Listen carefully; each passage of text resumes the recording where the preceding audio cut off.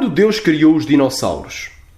Os dinossauros, ou dragões nas nossas Bíblias, são répteis terrestres e foram criados no 6º dia da criação, juntamente com os seres humanos, pois diz a palavra de Deus. Gênesis, capítulo 1, versículo 24, 25, 26 e 31. E disse Deus: produz à terra alma vivente, conforme a sua espécie, gado e répteis e feras da terra conforme a sua espécie. E assim foi.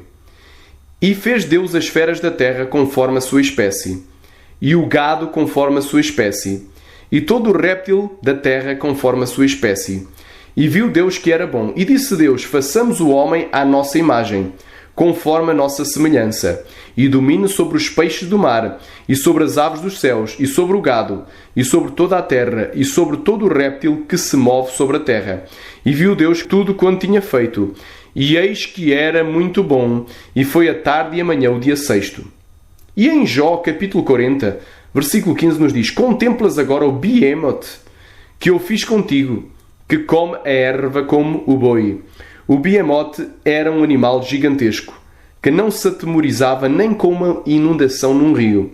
Este animal era provavelmente um saurópode, parecido com um brachiosauro.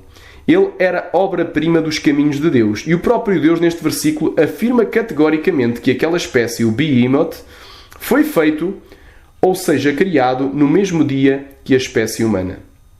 Já os pterossauros, que são as serpentes voadoras mencionadas no livro do profeta Isaías, no capítulo 14, versículo 29, e no capítulo 30, versículo 6, e os grandes répteis marinhos, tal como o plesiosauro e o ictiosauro, mencionados na Bíblia como Raab e Leviatã, foram feitos no 5º dia da criação da semana de 6 dias.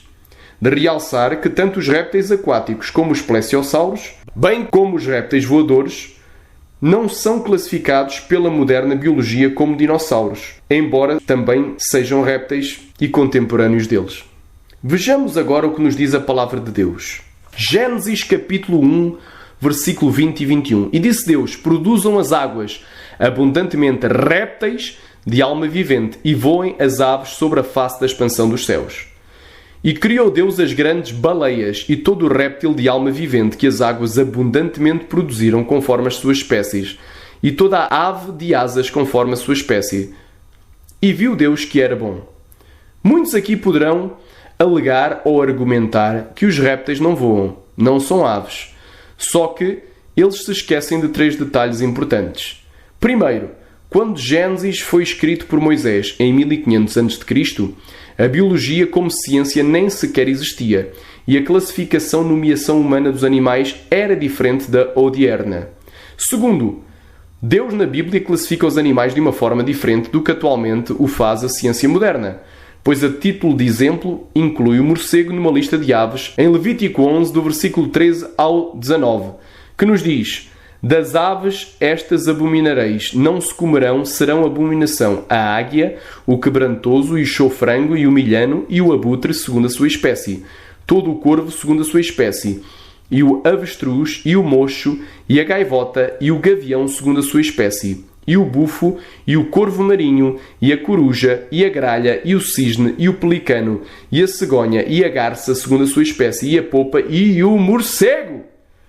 Esta lista é confirmada ainda em Deuteronômio, capítulo 14, do versículo 11 ao 18. Ora, o morcego é classificado pela moderna biologia como um mamífero que voa, e as suas asas não têm penas como as demais aves. Mas quando Deus falou para a nação de Israel, ele usou uma linguagem simples para que o povo entendesse, pois tanto as aves como os morcegos voam, e sendo ele soberano, classifica as suas criaturas como bem lhe apraz. Terceiro, em Gênesis capítulo 1, versículo 21, nos diz que Deus criou toda a ave e acrescenta a expressão de asas, sendo que uma tradução literal seria todo voador que tem extremidades ou asas. Assim, a expressão ave de asas abrange desta forma todo o ser que voa, fosse ele mamífero como o morcego ou até mesmo um réptil voador como os pterossauros.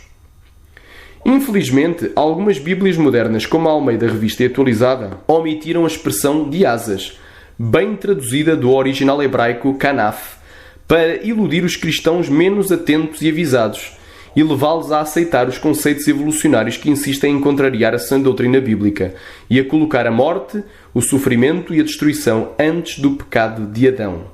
Esse tipo de Bíblias foram elaboradas por homens e mulheres influenciados pela teoria da evolução e, portanto, não admitem que o homem seja contemporâneo dos pterossauros, os quais, segundo eles, se extinguiram há 65 milhões de anos. Mas omitir uma só palavra que seja e não a traduzir se constitui de grave erro de tradução, pois omitir ou adicionar palavras à Sagrada Escritura é expressamente proibido e sancionado por Deus, em Provérbios capítulo 30, versículo 6, em Deuteronômio capítulo 4, versículo 2, e em Deuteronômio capítulo 12, versículo 32, em Eclesiastes capítulo 3, versículo 14, em Jeremias capítulo 26, versículo 2, em Isaías capítulo 34, versículo 16, e ainda em Mateus capítulo 5, versículo 17 e 18, em Apocalipse capítulo 22, versículo 18 e 19.